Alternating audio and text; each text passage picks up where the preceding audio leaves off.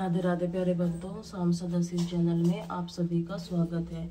आज हम आपके लिए लेकर आए हैं पौष मासकम का 14वां अध्याय। तो आइए सुनते हैं। धर्म, तप और उपवास जीवन में पवित्र होता है। पौष मास में हमें इन गुणों को अपनाने की प्रेरणा देता है। ओम भास्कर नमः। हरे कृष्णा। आज पौष मास का 14वां दिन, जो कि भक्ति, तप और साधना की महिमा को हर गहरा करता है। इस दिन आत्मिक उन्नति की शुद्धता का प्रतीक है। आज रविवार है। रविवार का दिन सूर्य देवता को समर्पित माना जाता है। सूर्य भगवान की कथा सुनने से हम अपने जीवन में अज्ञान अंधकार को दूर कर सकते हैं। आइए पूर्ण श्रद्धा भक्ति के साथ हम इस कथा का शुभारंभ कहते हैं। पहले सुनिए रविवार की कथा, उसके बाद आप सुनेंगे आज का माध्यम। प्राचीन कथा के अनुसार एक बार एक नगर में वृद्धा रहती थी। वह रविवार के नियम से घर आंगन गोबर से लीपकर फिर भोजन तैयार करती थी। सूर्य देव का भोग लगाने के बाद खुद भोजन किया करती थी। ऐसा व्रत करने से घर धन धान्य से भरा रहता था। हरि की कृपा से घर में किसी प्रकार आर का भी कोई दुख नहीं होता था। घर में सब कुछ आनंद मंगल था। इसी तरह कुछ दिन बीत जाने पर वह पड़ोसन किसी गाय का गोबर वृद्ध लाया करती थी। यह विचार करने लगी कि यह बूढ़ी माई हमेशा मेरी गाय का गोबर ले जाती है। सोचकर एक दिन उसने अपनी गाय को घर के अंदर बांध लिया। फिर वह हर दिन अपनी गाय को घर के भीतर बांधना शुरू करने लगी। इधर गाय का गोबर न मिलने पर बूढ़ी माई रविवार के दिन अपने घर को लीप नहीं पाई। इसीलिए न उन्होंने भोजन बनाया, न भगवान को भोग लगाया, न ही खुद भोजन किया। इस तरह उन्होंने निराहार व्रत किया। सुबह से शाम से रात हो गई। बूढ़ी माई भूखी ही सो गई। रात में भगवान ने उन्हें स्वप्न में दर्शन दिया। भोजन न बनाने का, भोग न लगाने का कारण पूछा। बूढ़ी माई ने सूर्य देव को बताया। गोबर न मिलने के कारण आज वह भोजन नहीं बना सकी। भगवान भास्कर ने कहा, माता, हम तुमको ऐसी गाय देते हैं जिससे सब इच्छा पूर्ण हो जाती है, क्योंकि तुम हमेशा रविवार को गोबर से लीप कर फिर भोजन बनाती हो, भोग लगाकर खुद भोजन करती हो। इसीलिए मैं आपसे प्रसन्न होकर आपके वरदान देता हूँ। आप सपने में भगवान का यह वरदान पाकर वह बूढ़ी माई की आंखें खुली। देखा कि आंगन में तो एक बहुत सुंदर गाय और बछड़ा बंधे हुए हैं। गाय और बछड़े को देखकर वह खुश हो गई। घर के बाहर बांधकर उन्हें खाने को चारा डाल दिया। उधर जब पड़ोसन ने बूढ़ी माई ने घर के बाहर बहुत सुंदर गाय और बछड़े को देखा, ईर्ष्या से प्रेरित होकर उसका हृदय जल उठा और उसने देखा कि गाय ने तो सोने का गोबर किया है। वह गाय का सोने का गोबर उठा ले गई। अपनी गाय के साधारण गोबर को उसी जगह रख दिया। वह रोजाना ऐसे ही करती रही। इधर सीधी बूढ़ी माई को कानोकार उसकी खबर तक नहीं होने दी। एक दिन व्यापारी ईश्वर से सोचा कि चालाक पड़ोसन की वजह से वृद्धा तो ठगी जा रही है। एक शाम उन्होंने अपनी माया से बड़े जोर की आंधी चला दी। डर से वृद्धा ने अपनी गाय को घर के भीतर बांध लिया। गाय ने गोबर दिया तो वह हैरान रह गई। वह तो रोजाना अपनी गाय को घर के भीतर ही बांधने लगी। उधर पड़ोसन ने देखा कि वो तो घर के अंदर बंधने लगी है, फिर वह सोने का गोबर उठाने से कामयाब नहीं हो पा रही है। कुछ उपाय न देखकर एक दिन पड़ोसन ने राजा के महल में जाकर सारी बात बता दी।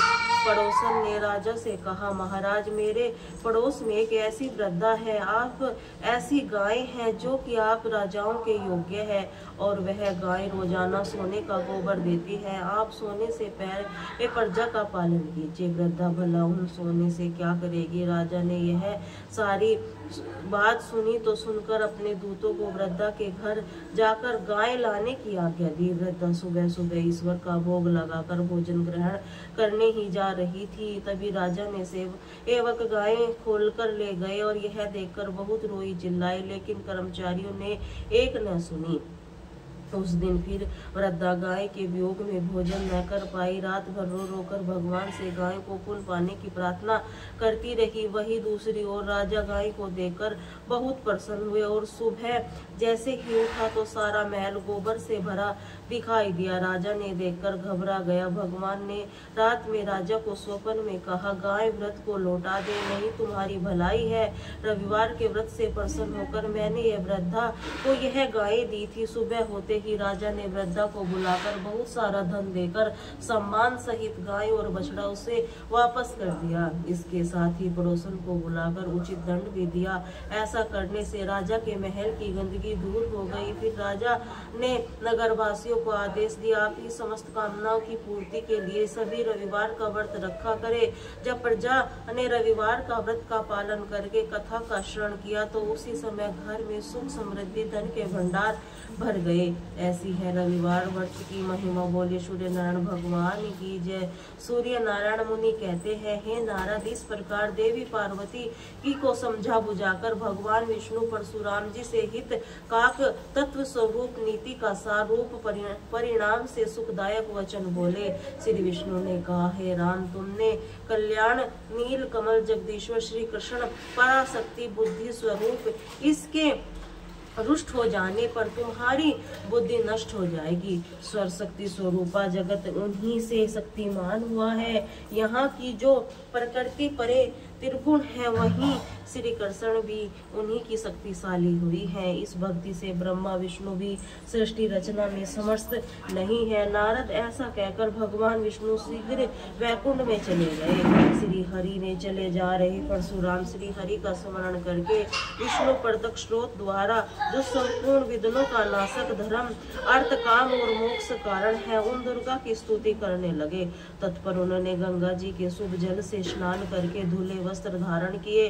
फिर अंजलि बांधकर भक्त स्वर गुरु प्रणाम किया। फिर आचमन करके दुर्गा जी के सर झुकाकर नमस्कार किया। उसी समय भक्ति के कारण उनके कंधे झुके हुए थे, आंखों में आनंद के आंसू छलकाए थे, सारा अंग पुलकायमान हो गया था। परशुराम जी ने कहा, प्राचीन काल की बात है, गोलोक में जब परिपूर्ण श्री कृष्ण सृष्टि रचना के लिए उद्युक्त हुए, उसी समय उनके शरीर से आपका प्राकट्य हुआ था। आपकी कृति करोड़ों सूर्य के समान थी। आप वस्त्र से अलंकारों से विभूषित थी।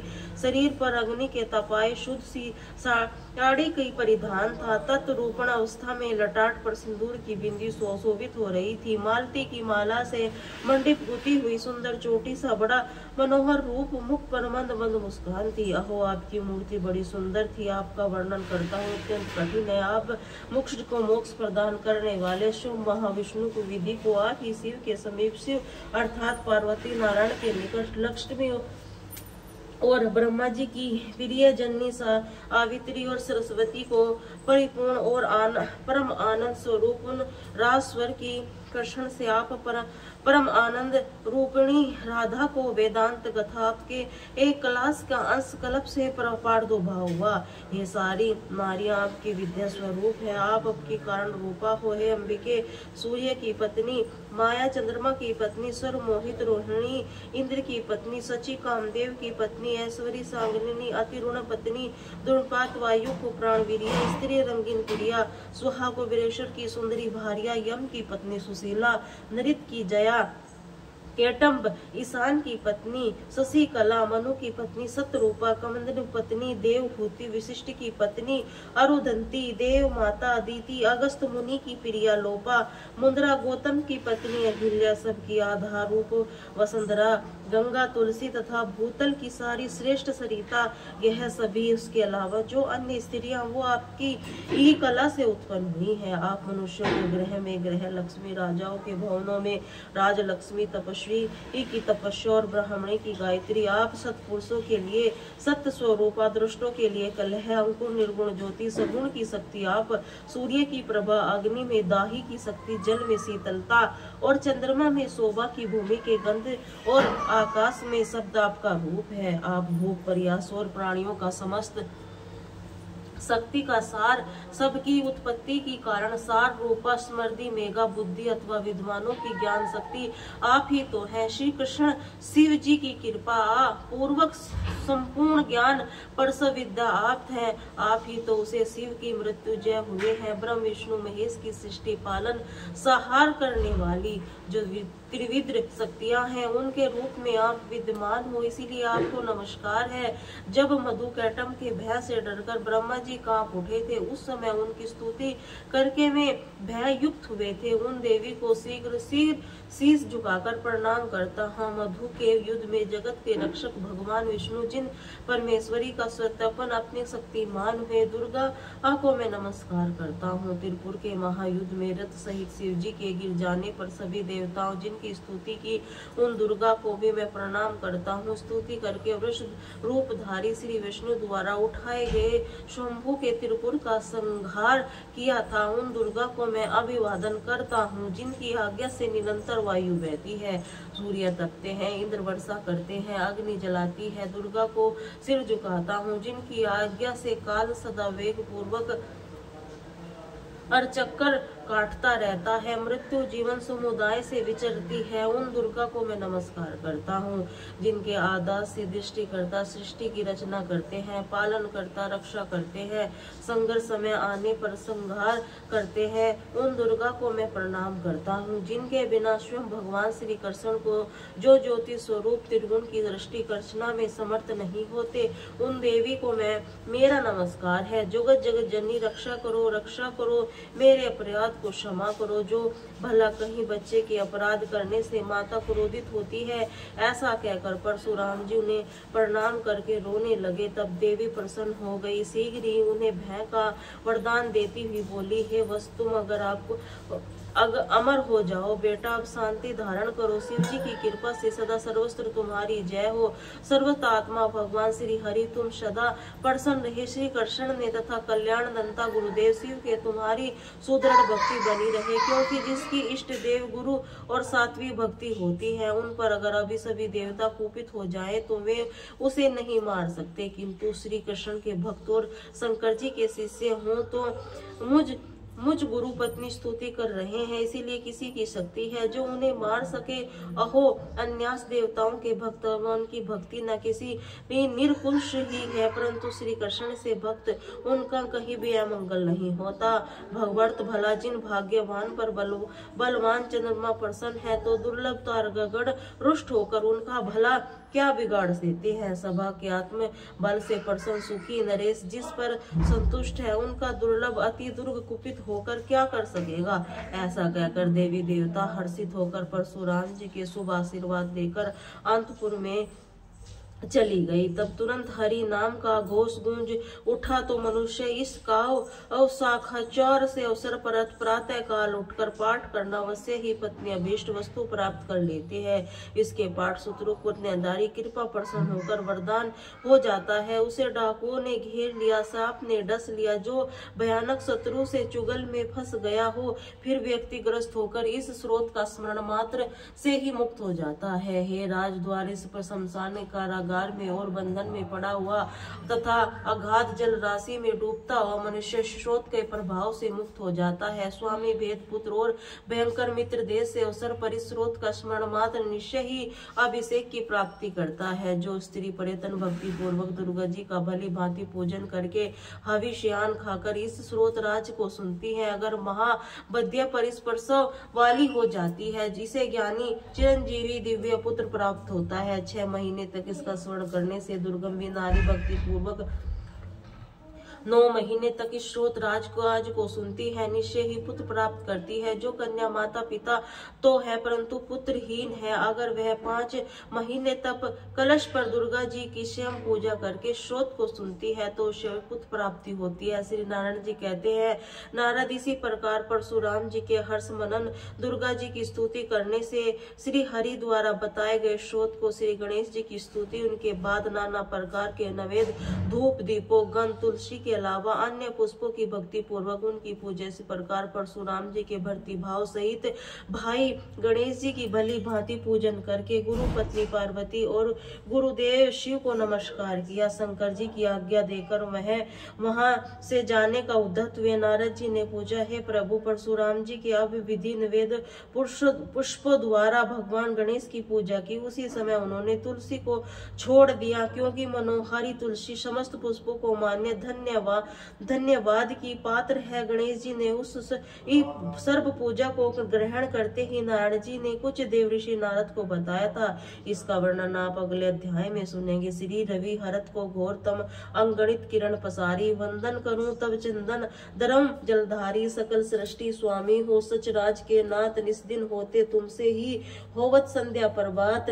जय भगवान सूर तप सहारी, जय खरगेन दिन कर शुभकारी, तुम हो सृष्टि के नीत स्वरूपा त्रिगुणधारी। वेद शत्रुपा ही तुम करता पालक, संगार भवन चतुर्दर्शने संचालक, सुंदर बंदन चतुर्धारी, ऋषिमृति तुम गगन बिहारी, शंकर चक्र अरु श्वेत कमल धर वर मुंद्रा सोहत चोटे, शीघ्र मुकुट को मंडल गलमाला, चारों तिलक भाला, विशाल शपथ अति दुर्गामी, अरुण सारथी गति अभिरामी, वक्त विरुद्ध आभूषण धारक, अपितोहे लाल पदारथ, सर्वोत्तम ऋषुग्रश वेद, मित्र कहे तुमको शवेदा पंचवेदी, पूजे जाते मनवांचित फल साधक पाते, द्वादश नाम न जाप उगत रोग शोक अरु कष्ट निवारक, माँ कुंती तब ध्यान लगायो, दानवीर सुत कर्ण को पायो, राजा युधिष्ठिर तब जस गायो, अपत पात्र वन में पायो, शस्त्र त्याग अर्जुन अंकुरा, बन आदित्य हृदय पायो, विंध्याचल अंगरथ तब मार्ग में आयो, हाहाकार त्रिम में बिछायो, मुनु अगस्त गिरी गर्भ मिटायो, निज तब बल से विदन न पायो,